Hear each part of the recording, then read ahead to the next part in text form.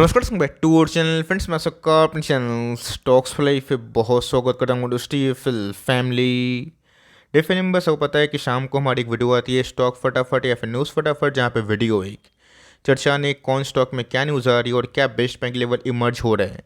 इतना मैं आप सबके लिए होमवर्क करके लाता हूँ। आपसे रिक्वेस्ट है वीडियो के एंड तक बने रहे, क्योंकि आज के दिन बहुत बड़ी बड़ी अपडेट्स हैं। चैनल फर्स्ट टाइम होंगे सब्सक्राइब कर सकते हैं इस तरह क्वालिटी कंटेंट को सबसे पहले एक्सेस करने के लिए। Now without delaying any for time, let's begin.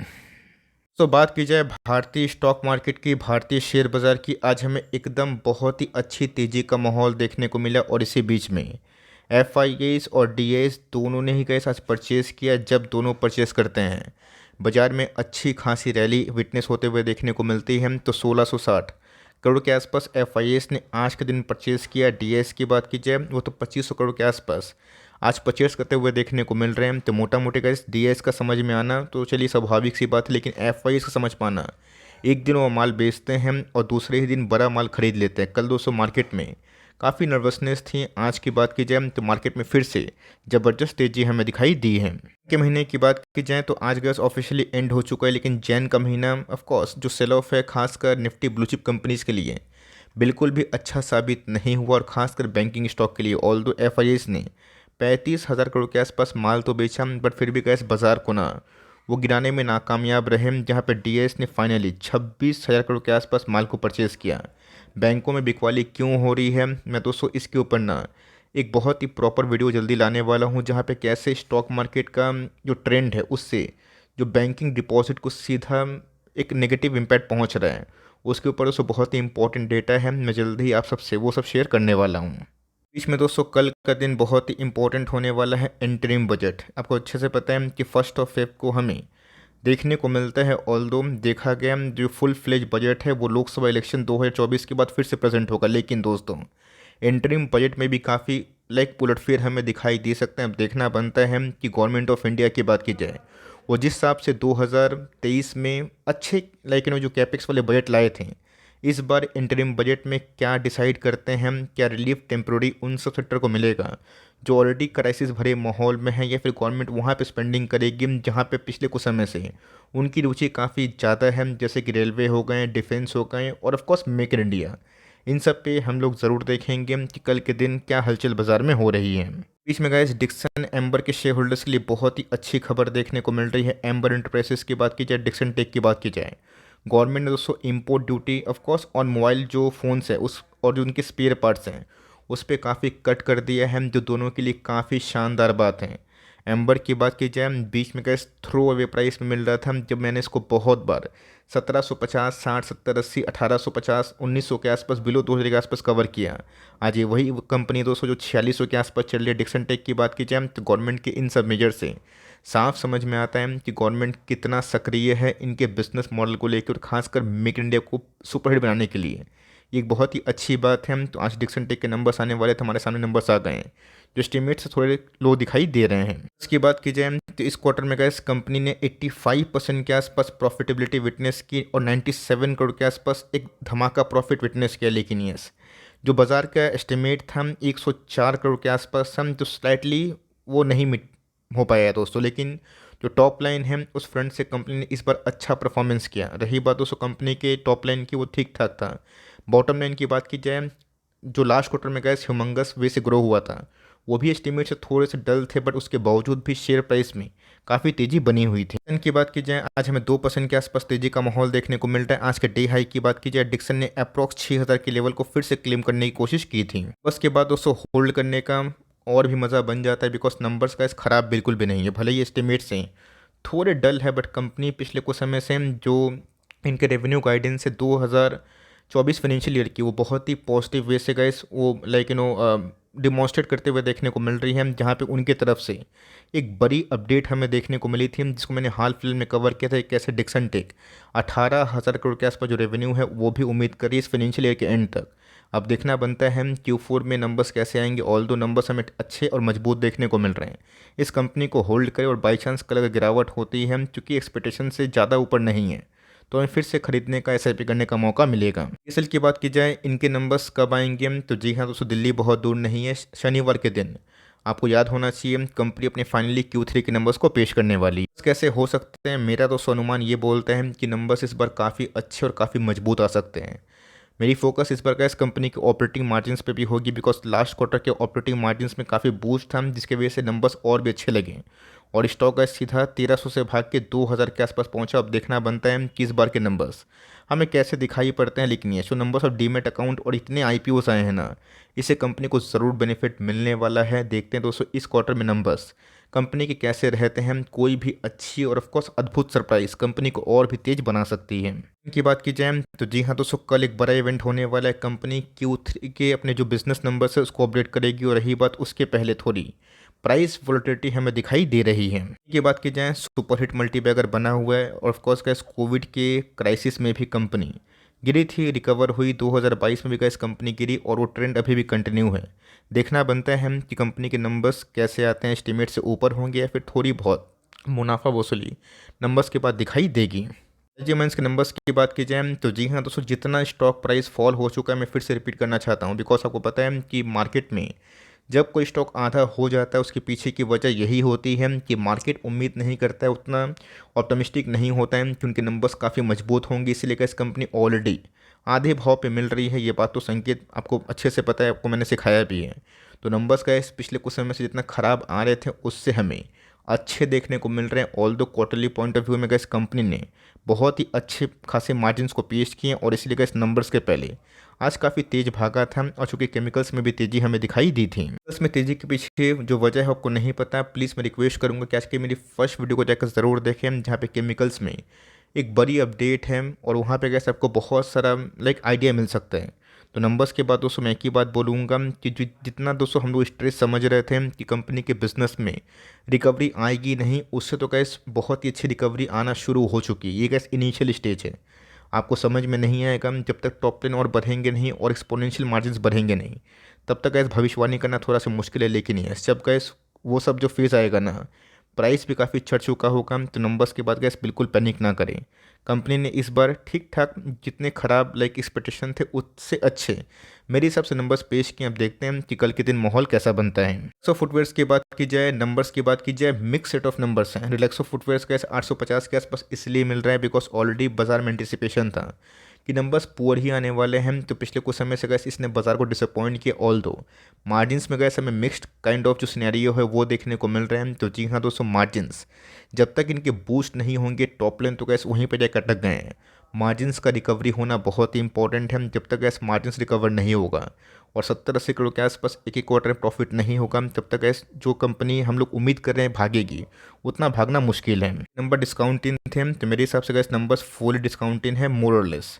अब देखते हैं बाजार सुप्रीम है वो क्या वर्डिक्ट देता है। बट यस, कंपनी के जो टॉप लाइन है ठीक ठाक देखने को मिल रहा है। लेकिन यस, नंबर्स की बात की जाए, अगर मैं बोलूँ कि बहुत ही स्पार्की काइंड ऑफ नंबर्स से बहुत ही आग लगाने वाले, ऐसा कुछ नहीं है। तो हमें और भी गैस क्वार्टरली नंबर्स का वेट करना चाहिए और जब तक गैस मार्जिन से इंप्रूवमेंट ना हो तब तक बता पाना कि कंपनी कितना ज़्यादा प्रॉफिट करके कब तक भागेगी, ये थोड़ा जल्दीबाजी हो सकता है। पैटर्न की बात की जाए, नंबर्स कैसे देखने को मिले, नंबर्स बहुत ही अच्छे और बहुत ही मजबूत देखने को मिल रहे हैं। डेटा पैटर्न की बात की जाए, one of the finest quarter इस बार कंपनी ने परफॉर्मेंस किया। थोड़ा प्राइसी स्टॉक है और बीच में कैसे कंपनी भाग के ना 2400 के आसपास भी गई थी। इसकी बात की जाए, ऑलरेडी गैस बाजार को शायद पता होगा कि नंबर्स अच्छे आने वाले हैं, इसलिए गैस 2022 में भी अगर आप देखें तो कंपनी काफ़ी भागी और 2023 के स्टार्टिंग में कंपनी तो बहुत ऊपर भागी थी। ऑल दो कंपनी के 70 के पी के संग कंपनी के जो ग्रोथ है वो बहुत ही ह्यूमंगस हमें देखने को मिल रहे हैं। आप इसको ज़रूर होल्ड करें। खरीदना चाहता है कंपनी आपको अच्छी लगती है डिफेंस में, तो उसको स्टैगर्ड वे में टुकड़ों में थोड़ा थोड़ा परचेस आप कर सकते हैं। इन फुटवर्क्स की बात की जाए, इनके नंबर्स में गैस कुछ कैच है, ध्यान सुनिएगा। मैं आपको क्या बताने की कोशिश कर रहा हूँ, नंबर्स मार्केट आवर्स में ही आए। मार्केट आवर्स की बात की जाए, आधा पौने घंटा पहले इनके नंबर्स आए और नंबर्स के बाद एज सच एट लास्ट में गैस कोई बड़ी गिरावट हमें देखने को नहीं मिली। और मैं देख रहा था कि ट्रेडिंग साइकोलॉजी इस कंपनी में क्या देखने को मिल रही है। कुछ पॉइंट्स हैं, सबसे पहले का टॉप लाइन जाके फिक्स हो चुका है। टॉप लाइन में ऐसे कोई ह्यूमंगस ग्रोथ नहीं है। बॉटम लाइन की बात की जाए, 20% के आसपास मार्जिन से हम जो मोटा मोटे ठीक ठाक है, बहुत ख़राब बहुत अच्छा मैं नहीं बोलूँगा। दो तीन चीज़ गए जो कंपनी को अच्छा खासा बूस्ट कर सकती है, वो है उनके ONDC में प्रेजेंस। दोस्तों 2000 का जो स्टोर है वो सक्सेसफुली हिट कर दी है, जो एक बहुत ही प्लस पॉइंट है। मतलब इस बार गैस मैं देख रहा हूँ कि एडिशनली 58 जो स्टोर्स है न्यू स्टोर्स वो ऐड होते हुए देखने को मिल रहे हैं। चलिए प्लस पॉइंट है। दूसरा गैस मैंने ये ऑब्जर्व किया कि कंपनी अपने प्रेजेंस को ONDC में ला चुकी है। आपको अच्छे से पता है कि ONDC भी एक ऐसा प्लेटफॉर्म है जहाँ पे आराम से आप घर बैठे जिस तरह स्विगी जोमेटो में आप ऑर्डर करते हैं उस हिसाब से मंगा सकते हैं। यहाँ पर बहुत सारे ऑफर्स होते हैं।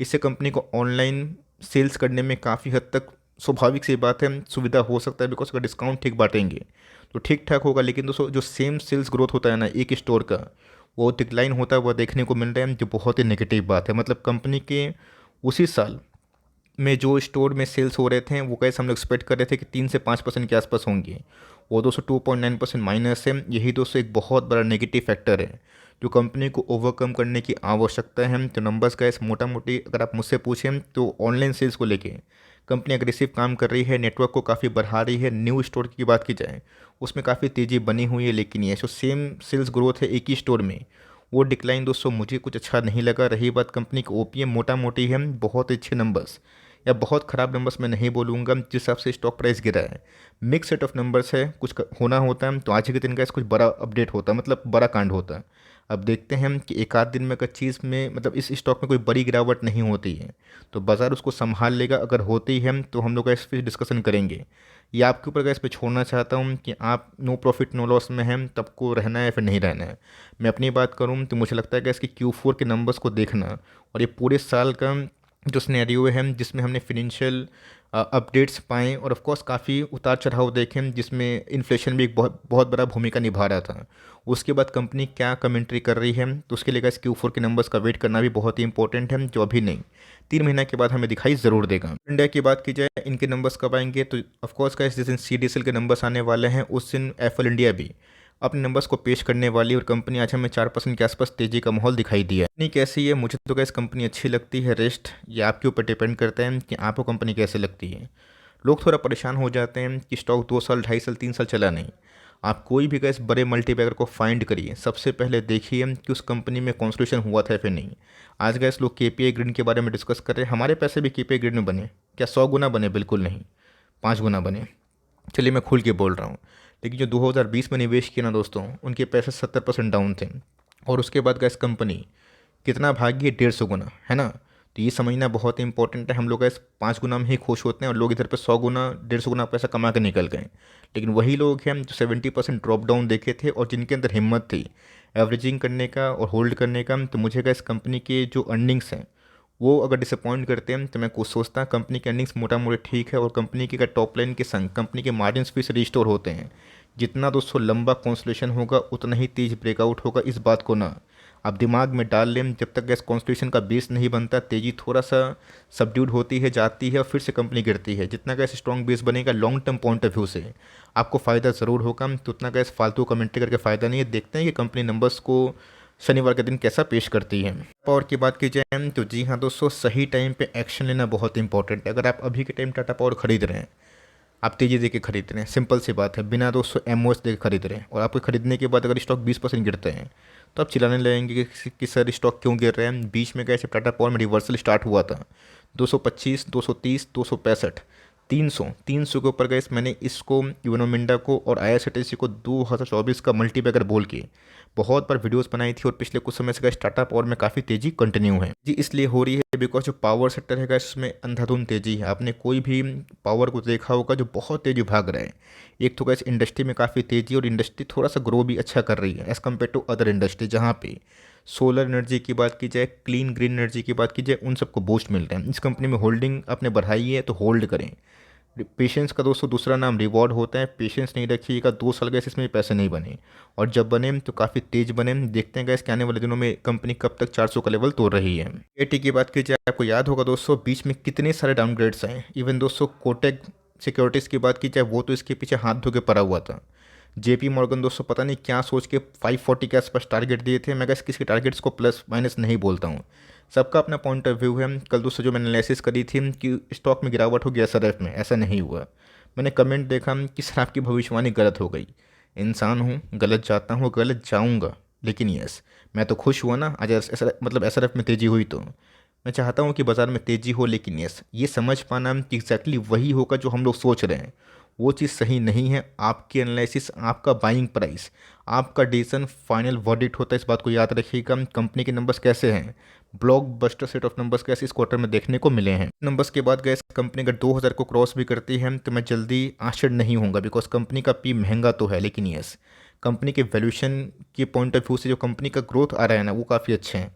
ऑलरेडी गैस कंपनी काफ़ी भागी है, तो कितना भागेगी ये बता पाना काफ़ी टफ है, बहुत टफ है दोस्तों। मैं इनफैक्ट मेरे लिए भी, आपके पास ये कंपनी होल्ड करे, वो खरीदना चाहते हैं, नंबर्स देखने के बाद इस स्टैगर्ड वे बाइंग करे, बिकॉज जब करेक्शन होगा तो हाई पी स्टॉक में ज़्यादा होता है। इस बात को आप चाहें तो दिमाग में डाल सकते हैं। लोगों ने की बात की जाए तो 2 तारीख दोस्तों, if I am not wrong, company अपने Q3 के नंबर्स को पेश करेगी। इस क्वार्टर में गैस कंपनी काफ़ी खराब परफॉर्मेंस कर रही थी। मैंने उस समय वीडियो बनाया था, बताया था कि 4000 का प्राइस कोई खोने वाला प्राइस नहीं है, पाने वाला प्राइस है, लेकिन टाइम देना पड़ेगा। वहाँ से गैस कंपनी रिकवर तो की है, बट कंपनी अपने टॉप से बहुत ही ज़्यादा गिर चुकी है। और कोई भी गैस गुड सरप्राइज कंपनी के नंबर्स को पुश और बूस्ट दोनों कर सकता है। अगर नहीं होता है तो मैं जल्दी ही केमिकल्स को और भी टाइम देने की आवश्यकता होगी। जल्दीबाजी में लॉस बुक करिएगा या फिर एग्जिट करिएगा छोटे प्रॉफिट में, और जब केमिकल्स भागेंगे तब पछतावा होगा। केमिकल्स में अच्छी कंपनी में अगर आप होल्डिंग बढ़ाएं हैं, कोई दिक्कत वाली बात नहीं। इंडस्ट्री कभी ना डूबी है ना कभी डूबेगी, उसको गवर्नमेंट का सपोर्ट या फिर पुश कभी ना कभी मिलेगा। लेकिन जब वो तेज़ी आती है ना, बहुत लोग पहले ही माल बेच देते हैं। सुपरमार्ट की बात की जाए, बहुत दिनों के बाद तेज़ी हमें देखने को मिली, और ऑफकोर्स आज हमें 3.5% के आसपास एट लास्ट ये तेज़ भागता हुआ दिखाई दिया है। कमेंट्री गैस वही है जो पहले थी। ये हो गए एशियन पेंट, हो गए बजाज फाइनेंस, हो गए, ये सब गैस SIP वाला स्टॉक है। यस, मुझे पता है कि एशियन पेंट ने पिछले 3 सालों से पैसे नहीं बनाए, लेकिन पैसे उनके नहीं बने जो टॉप में खरीदे हुए थे। रही बात दोस्तों, अगर अपने बीच बीच में डिप में खरीदा है 2200 2400 फिर किसी प्राइस में, यस मुझे पता है कि बॉटम में ख़रीदना इम्पॉसिबल टास्क होता है, लेकिन यस एक सही सपोर्ट में ख़रीदना भी बहुत ही हद तक स्वाभाविक है। अगर आप चैनल को फॉलो करते हैं, उन सब लेवल्स पे खरीदते हैं तो अच्छी कंपनी को होल्ड करें। मुझे पता है कि अभी के time large cap company, blue chip company नहीं चल रहे हैं, बट दोस्तों आप जाके निफ्टी का रिटर्न्स प्रोफाइल चेक करें और 10 साल का देखें, जिसमें कभी ग्रोथ स्टॉक भागते हैं तो कभी वैल्यू स्टॉक भागते हैं तो कभी ब्लू चिप कंपनी भागते हैं। सबका एक साइकिल होता है, और जो साइकिल को नहीं मानता है ना, वो बहुत ही बड़ा गड्ढा में फंसता है। तो कंपनी अच्छी है, बट यस वैल्यूएशन प्राइस ही है। इसको होल्ड करने के सिवा दोस्तों और दूसरा ऑप्शन नहीं है। आप चाहे तो बेच सकते हैं, मार्केट में और सारे ऑप्शन है, लेकिन यस जो ऑप्शन अवेलेबल हैं high growth, mid cap, small cap में, वो गैस ऑलरेडी 4-5 गुना हो चुके हैं। अब वहाँ पे गैस रिस्क लेना मेरे हिसाब से काफ़ी रिस्की सौदा होगा। रेस्ट गैस अपने मर्जी के मालिक हों। आज की बात की जाए तो जी हाँ दोस्तों, कल के दिन कंपनी ने फाइनली Q1 के नंबर्स को पेश करेगी। बस कैसे आएंगे, चार्ट देखे तो कैसे लग रहा है कि नंबर्स में वही जैसा कि चाल हमें पिछले कुछ समय से ठीक ठाक देखने को मिल रहा है। खराब दोस्तों कोई नंबर्स इसने पिछले 2-3 क्वार्टर से नहीं पेश किया है, लेकिन यस प्राइस मोमेंटम उतना नहीं आ रहा है। देखते हैं कि नंबर्स के बाद इसमें ऊर्जा आएगी या फिर से गैस ये वही लेवल पे चलेगा। कल की बात की जाए तो जी हाँ दोस्तों, परसों के दिन, माफ़ करिएगा दोस्तों, यस हाँ परसों के दिन 2 फेब को कंपनी अपने Q3 के नंबर्स को पेश करी। गैस वही कहानी हमें देखने को मिल रही है, स्टॉक बिल्कुल नहीं चल रहा। बट ध्यान रखिएगा, जो भी गैस की ट्रिगर पॉइंट इन सब इंडस्ट्री के लिए अगर आता है, गवर्नमेंट ऑफ इंडिया या फिर निर्मला जी कुछ अगर ऐसा कमेंट करती है जो इन सब इंडस्ट्री को पुश करे, तो ये सब स्टॉक काफ़ी भागता है। आपने देखा चैम्बर कैसे रिकवर हुआ, बट यस इस कंपनी में चूंकि स्टेक सेल की भी न्यूज़ थी, जिसकी वजह से अंडर परफॉर्म कर रहा है। देखते हैं कि 2 फेब को कंपनी के नंबर्स कैसे आते हैं। आज की बात की जाए तो जी हाँ दोस्तों, कल इनके फाइनली Q3 के नंबर्स हमारे सामने आएंगे। कैसे होंगे उसके बाद कैसे मैं ज़रूर अपना वर्डिक्ट दूंगा कि इसमें क्या करना है, बने रहना है फिर निकल जाना है। बिकॉज बीच में गैस जो पलटी गवर्नमेंट ऑफ इंडिया ने मारी थी वो बहुत ही निंदनीय थी। देखते हैं गैस कंपनी कल के दिन नंबर्स कैसे पेश कर रही है। वीडियो अच्छी लगी तो प्लीज़ लाइक करिएगा, चैनल फर्स्ट टाइम होंगी सब्सक्राइब करके बेल आइकन को प्रेस करना भी ना भूलिएगा। दोस्तों मिलते हैं जल्दी ही, तब तक के लिए bye. Thanks for listening friends, God bless you all.